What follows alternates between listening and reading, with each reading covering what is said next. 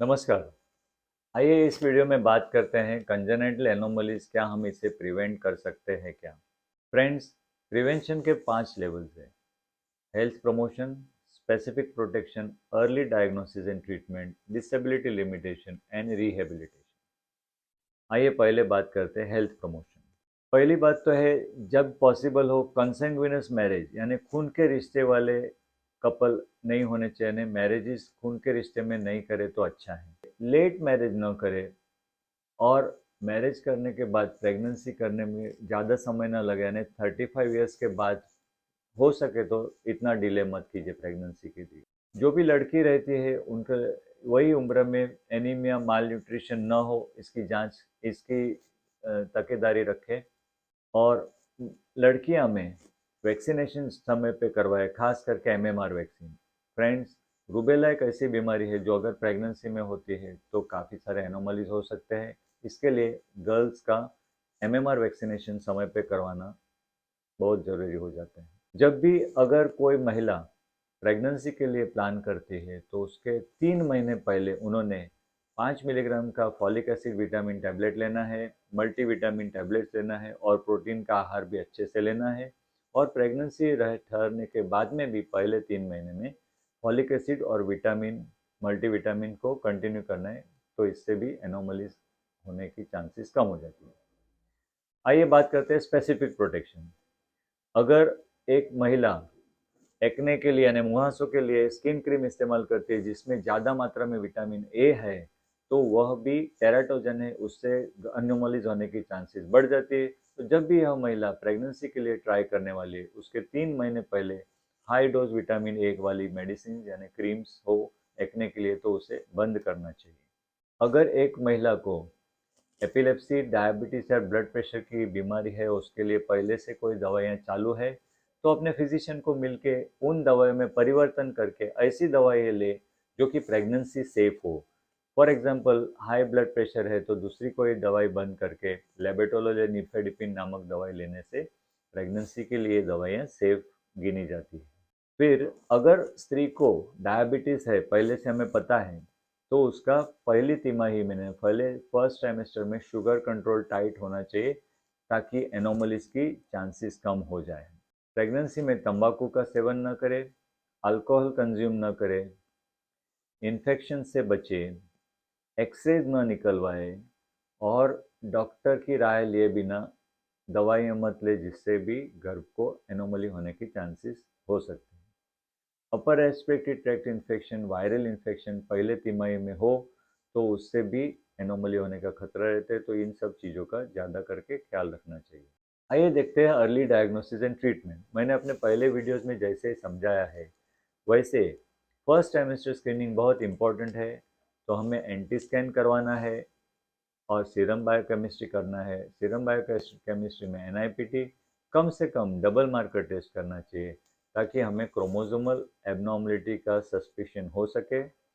अगर chromosomal abnormalities के chances ज़्यादा है, फिर फर्स्ट सेमेस्टर स्क्रीन पॉजिटिव है, हाई रिस्क केस है, तो इन्वेजिव टेस्ट करना जरूरी है, यानी 14 हफ्ते के आसपास सीवीएस यानी कोरियन विलर सैंपलिंग 14 हफ्ते के पहले, या तो फिर 16 हफ्ते के बाद एमनियोसेंटेसिस करवा के क्रोमोसोमल एबनॉर्मलिटी है क्या नहीं उसका पता करने का ज़्यादा जरूरी है। 18 से 22 हफ्ते के बीच में एनोमली स्कैन करना जरूरी है, उसमें स्ट्रक्चरल डिफेक्ट या क्रोमोसोमल एबनॉर्मली का सॉफ्ट मार्कर दिखता है क्या, वो पता करना जरूरी है। अगर हार्ट एनोमली की सस्पिशन है तो 20 और 23 हफ्ते के बीच में डिटेल्ड फीटल इकोकार्डियोग्राफी करके उसका पता लगाना जरूरी है। अगर एक एनोमली या क्रोमोसोमल डिफेक्ट डिटेक्ट किया जाता है तो इसे मल्टी डिसिप्लिन यानी बहुत अलग अलग किस्म के डॉक्टर के साथ बैठ के उनका काउंसलिंग किया जाता है और उनको नॉन डायरेक्टिव तरीके से डिसीजन मेकिंग में मदद की जाती है। और कपल को ये कंडीशन जो है इंडेक्स प्रेगनेंसी में, वही चीज़ वापस नेक्स्ट प्रेगनेंसी में होने के चांसेस कितने हैं, रिकरेंस कितने हैं, उसके बारे में भी मालूमात दिया जाता है। अगर कपल डिसाइड करते हैं प्रेगनेंसी कंटिन्यू करने को, तो उसे अल्ट्रासोनोग्राफी ज़्यादा फ्रिक्वेंटली करवाना पड़ सकता है, खास करके अगर डायबिटीज़ है ब्लड प्रेशर डेवलप होता है या गर्भ का विकास कम होता है, फीटल ग्रोथ रिस्ट्रिक्शन होता है, तो ज़्यादा फ्रीक्वेंटली सोनोग्राफी करने की ज़रूरत पड़ती है।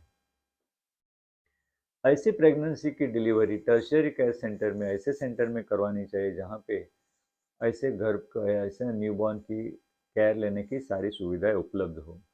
फॉर एग्जांपल, अगर हमें गर्भ में कंजेनिटल डायफ्रामेटिक हर्निया की सस्पिशन है, तो जन्म के बाद उसको ऑक्सीजन, वेंटिलेटर, ऑपरेशन, ये सब चीज़ें ज़रूरी पड़ सकती है। इसके लिए ऐसे सेंटर में उनकी डिलीवरी करवाना ज़रूरी है। जन्म के टाइम पे ऐसे बच्चों का paediatrician, paediatric surgeon, orthopaedician, heart specialist, इनके द्वारा असेसमेंट करवाना बहुत ज़रूरी होता है, depending upon the condition of anomaly, which anomaly is present.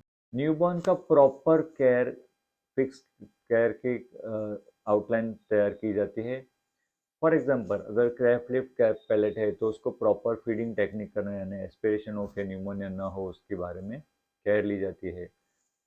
न केवल माँ, बहुत ऑल्सो नर्सिस जो केयर लेने वाली है, उनको प्रॉपर ट्रेनिंग उपलब्ध कराई जाती है ताकि कॉम्प्लिकेशंस ना हो। डिसेबिलिटी लिमिटेशन, फॉर एग्जांपल, अगर बच्चे को क्लब फुट है, यानी उसके लेग्स अंदर की साइड बेंड है, तो ऐसे बेबीज को प्लास्टर करवा के, प्लास्टर कास्ट करवा के और फिजियोथेरेपी करवा के ये लिमिट, डिसेबिलिटी को लिमिट करके आगे जाके वो परमानेंट न हो रह जाए, इसकी ध्यान रखना ज़रूरी है। पांचवा लेवल है रिहेबिलिटेशन। कोई भी एनोमली के लिए अगर सर्जरी हुआ है तो उसके बाद में भी रिहेबिलिटेशन बहुत इंपॉर्टेंट होता है।